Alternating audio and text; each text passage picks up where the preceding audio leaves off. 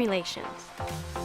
Formula 1. 1 part Chi Shine Shades 4A with 1 part Chi Color Generator 10 volume. Half cap Chi Shine Shades additive double ash to the mixture. Formula 2.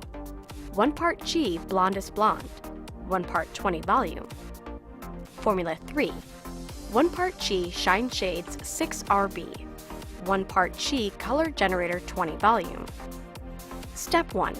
Create a middle part from the fringe to apex and use Formula 1 at the roots.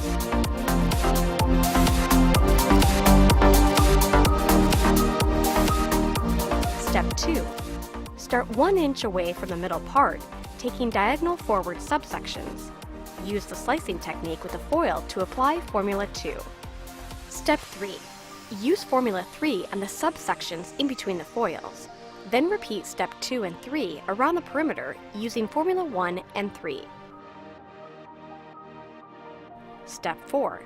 Place a hair clip at the fringe to avoid staining the face. Do not place foils on the middle parting.